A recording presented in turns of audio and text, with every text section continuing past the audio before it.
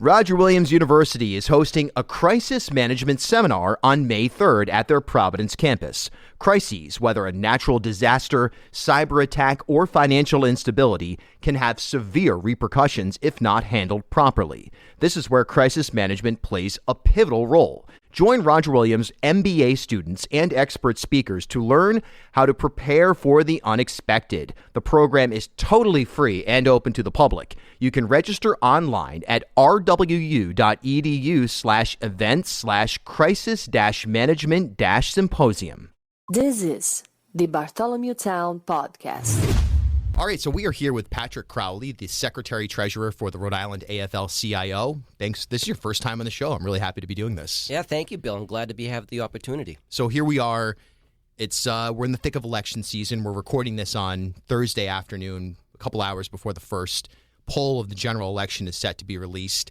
You know, just from your perspective, from Labor's perspective, you've already made your endorsements. It's not as if that's this big October surprise all of a sudden or anything like that. But what are you looking for in terms of just this election cycle? And what are you hoping to see, and what is Labor hoping to see out of this? Well, from our point of view, we've seen a great deal of momentum over the last couple of years as it relates to working class issues in the state. Governor McKee has done a great job as it relates to everyday working Rhode Islanders and making sure that their needs are attended to. Whether or not it is this fantastic budget that he got passed with the help of the General Assembly, the $250 tax credit, but more importantly, from my point of view, it's really the labor issues that he's been attentive to over the last few years. We've had a number of legislative wins that are very important. The path to $15 minimum wage, front and center on that. But there's also things like making sure that security guards and janitors working under state contracts get paid prevailing wage. The inclusion of the prevailing wage standards within all of the environmental projects that are going to be happening, the 100% renewable energy standard, the offshore wind procurement, the Act on Climate of 2021. I mean, the list is really long when it comes to the idea of the intersection between working people and government, and especially on the climate front. One thing that's interesting is this treasurer's race that we have here, obviously with pensions and really the reestablishment of COLA. And, but some have made the argument that James Diossa, although he had a major hand, really, in even the vibe transformation of Central Falls, that he was I even heard Jim Hummel on filling in for Tara Granahan here on WPRO say, he was on training wheels, there was a state takeover. Then you've got James Lathrop on the Republican side, who has a fiscal background, North Kingstown, Hopkinton, I believe some municipality in Connecticut. So looking at that race, where the pension is really the number one thing that the treasurer manages, and I think that's pretty fair to say, where do you stand on that? You've made your endorsements, but are you comfortable with the experience that Diossa brings to the table? I really am. I really think that James Diossa is going to be the best treasurer candidate that we have in November, and I think he's going to do a fantastic job. Mr. Lathrop is an intelligent person. He seems like he's very qualified for the work that he does. But the treasurer's office is more than just numbers and cents. It really is a wide range of portfolio under its umbrella. And front and foremost for us in the labor movement, sure, is the pension system. But it's also things like the infrastructure bank that he has a great deal of involvement in. And as the federal government is going to be loading all this money into Rhode Island, so much of it is going to go through the infrastructure bank. That takes someone with policy experience. That takes someone with leadership experience. And I think James is the perfect person for that job going forward. Soccer stadium. Look, the B-side's got to get built in order for this thing to be profitable. We all know that. At the same time, that the ground is broken. I was standing there. I had the hard hat on. It's real. This is happening. Obviously, it's a victory for labor. It's a major project. How important is it not only from the funding formula standpoint, but from, hey, look, available work opportunities? Is it to you and to labor to get Tidewater, the B-side, in motion, full swing, no second guessing, so on and so forth, as soon as possible? Yeah, look, the jobs are important, no doubt. But as a soccer fan, I'm really excited about the fact that Tidewater is going to be opening up. Yeah. Because I really think that's going to be a draw for people from southeastern Massachusetts, all of Rhode Island, Connecticut, to come into Pawtucket and see what the city has to offer. It's really going to be a key to economic development. And when you couple that with the new train station that's going to be put in place, but also with the free R line from RIPTA that's going to be running through the city of Pawtucket into Providence, you can really see the opportunity for people coming from Boston by train, stopping at Tidewater, seeing a soccer game or maybe a concert, and then continuing on through public transportation into the city of Providence, and then making their way back home. I think it's going to be an economic engine for the next decade, at least here in Rhode Island. A lot of naysayers on this project, that, look, it's only 17 home soccer games, maybe playoff games. I think one thing that stands out to me is that the tradition that you have with like a Rhode Island Rams basketball or Providence College Friars or even arguably the P Bruins, it's going to take a long time to build that out. Do you think that we have the economic resiliency right now to allow for that development? Sure, there'll be initial excitement day one, season one, but at some point you're going to have that intersection of true fandom, tradition. Hey, I went here with my family that you get in a PC basketball game that hopefully is going to drive this thing into the future. But there's going to be a little time in between where this thing takes time to develop. Are we resilient enough to withstand that period? I think so, and I think Rhode Islanders are going to enjoy the experience. I mean, I'm hoping that they name the soccer team the Pawtucket Strikers. Yeah. Because I just think that has so much, there's so much history to it. And I think this is going to be a project that once the game gets on the field and once concerts start to take place, it's going to be a draw that people in Rhode Island are going to be proud of. Moving beyond just the big ticket items, because there's a lot of them at play. I mean, Superman, that's obviously going to be a refurb of significant nature. The micro projects around the state right now, whether you're talking about Block Island or Westerly or Newport, wherever, there's a lot of concepts that are being unveiled that are behind the scenes or make their way in the municipal papers, but not necessarily a statewide conversation. How healthy is labor right now, just in terms of the projects that are being developed in the state? And do you feel comfortable that when we hear people say, Rhode Island's, there's no opportunity here, you have to move out of town if you want to have a job, specifically from labor standpoint, are we in a healthy place right now? We are. I mean, I know it's been a few years, but I'm actually one of those people that moved into Rhode Island for a job opportunity. Yeah. And I think with all of the construction and all of the resiliency work that we're building, never mind the fact that I think we're actually creating a new economy here in Rhode Island. We were the first state in the nation to have an offshore wind farm. And I think our footprint in the environmental development area is going to be really key to our future growth. When you think about 1,000 megawatts of offshore wind procurement that's going to be taking place in the spring of this year, and all of the jobs that come with it, it's not just people in hard hats going up and installing wind turbines. It's the professionals, it's the lawyers, it's the accountants, and how that really imbues itself with throughout the entire economy is going to be something that is unique here in Rhode Island, but also something that we can look at as a model throughout the region. The blue economy. A lot of people hear about it. It's real. It's been here since, the indigenous population inhabited this area. Fisheries and transportation, it's all real.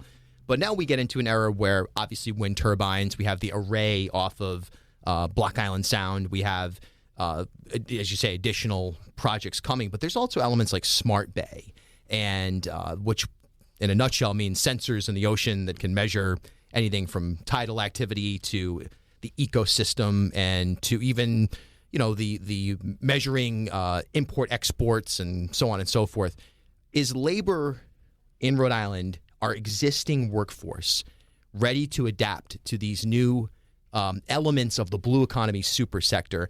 And what should someone who's maybe 15, 16 right now and saying, hey, look, I want to get into this space, where should they be kind of positioning themselves to be ready for Rhode Island's workforce of the next 10, 20, 30 years? Absolutely. I mean, when you look at what the labor movement is doing to adapt to the new economy, especially within our friends in the building trades, their apprenticeship programs are geared towards this new economy, whether it's the blue economy on ocean work or the green economy as it relates to solar installations.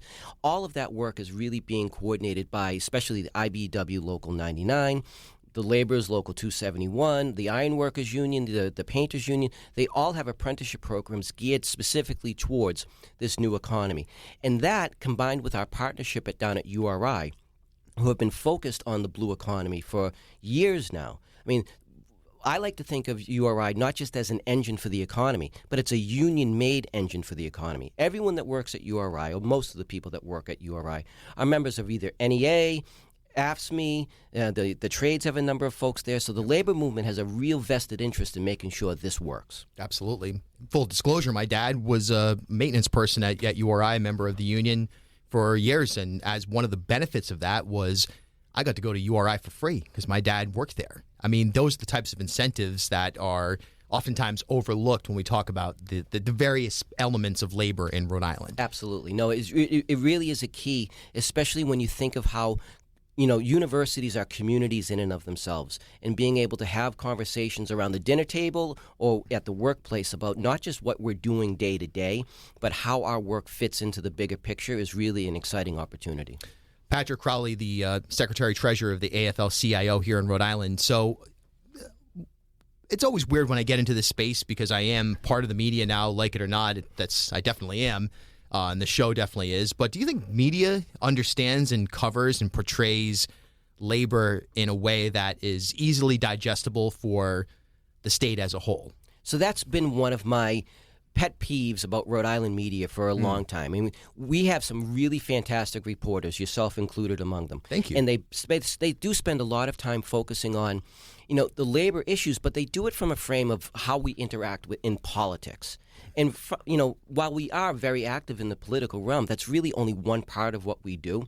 I'd love to see the day when instead of showing what bank vice president is getting promoted or what hospital CEO is going to be changing places, that there's also as much focus about who's going to win the next union election for one of the bigger unions in the state. What shop steward has organized 50 new members into their workplace. Those are the stories at the ground level that are just as important for people to cover, because I think it shows the resiliency and the vibrancy of the labor movement in this state, because we really are one of the stronger labor movements in the country. When you think about all of the things that we have going on, whether it's our training programs, our education programs, our activities within the humanitarian field or the charitable field. For example, the Big Brothers and Big Sisters, where the building trades are sponsoring a walk for them on October 22nd at Roger Williams Park. It's like the 5th or 6th year in a row that they've done it, and they've raised hundreds of thousands of dollars. We really are a fabric in the community. And I'll just give you one example of that. One of the other hats I wear is as the Government Relations Director for NEA Rhode Island. Sure. NEA Rhode Island has 12,000 members across the state. So when you think about that, 1 out of every 100 people is a member of NEA Rhode Island. Add our households in, we're pretty big. Yeah. And, so chances are people know a union member, have one in their family in a way in Rhode Island that really doubles our impact. What a stat. I've never heard that stat before, and it's like I feel like Bob Walsh would have in his time as executive director. That's a stat that should have. I'm sure he said it or knows it, but absolutely, that's a great talking point. Yes, it is. There's this notion that people on Twitter, it seems more inside baseball, but I get bombarded a lot of times with this whole.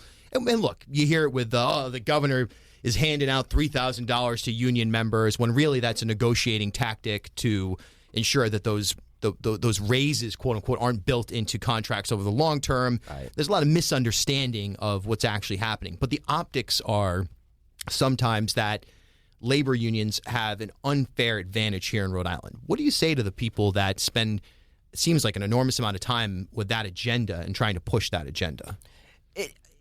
It is an advantage. It's not an unfair advantage. Working people in unions have an advantage over non-union workers. I mean, that's just the facts. And I don't think that's something that we should run away from. It's something that we should celebrate. That's why we organize more workers. That's why the workers at Seven Stars Bakery joined the United Food and Commercial Workers Union, Local 328. That's why the workers at DHL with Teamsters Local 251 are on strike right now. There is an advantage to being a union member, and it's having a voice at work to be able to make sure that your employers are treating you respectfully, but also so that you can get better benefits, better wages, and family-sustaining benefits and wages so that you can enjoy the fruits of your labor. Interesting way to frame that as well. And we saw it with White Electric, a cafe on Westminster Street, where unionizing is becoming, we saw it fail at a Starbucks in Warwick, but unionizing even in the food services sector is starting to become more popular. As a musician myself, there's very little freelancer or artist unionship here in Rhode Island, but I saw in New York, boy, plenty of opportunities where you can join a freelancer type union. Do you think that in this era of the remote workforce, shifting employment, a lot more content creators, quote unquote, and individuals who are pursuing really what aren't businesses, but like micro entities or using their talents to generate income. Do you think there's space for that kind of freelancer, independent worker union membership here in Rhode Island? Absolutely. I mean, when you really think about it, especially with freelancers and like in the music field, for example, one of my friends on the Labor History Society board is Joey DeFrancisco. Joey's an artist here in Providence, and he's working on trying to establish some kind of, musicians freelancer type of organization, whether it's call it a union or call it something else. But it's the idea that being able to come together, maintain your autonomy, but establish some base standards that every musician, every artist should be able to, work with their, employer, even if it's an employer for a night only. And I think the labor movement over history has demonstrated that there are innovations that we can have, all across the board. And I think especially with younger people, especially with industries that have popped up over the last 25, 30 years, especially in the freelance arena, there's new opportunities that don't have to fit into any pre-described mode. As long as it's working people coming together and advocating for themselves without any intermediaries, I think that's a benefit. Earlier this year, I guess it was June, I went to a project it's in the Jewelry District of Providence, where the Painters Union was holding a protest. Non-union workers were being utilized on a major development project here in Rhode Island. In general, what is the the scenario, so to speak, the percentage or the amount of non-union labor that's used on some of the major projects that we have here in Rhode Island, where the prevailing wage is not even remotely attained by many of the workers? Sometimes these people, at least that I was observing in that one instance, are English is a second language or not spoken at all, and is used as a weapon against them. How often is that happening here? Too often. I mean, that's the fundamental answer. So there are still too many non-union facilities, too many non-union projects that are happening in the state.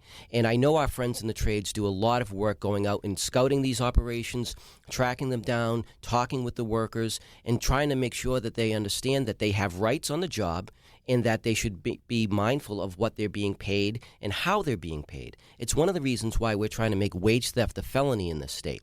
Because what we see too often is these contractors come into Rhode Island, they don't pay the prevailing wage or they don't pay their workers at all, and then they skip town and the workers are left holding the bag.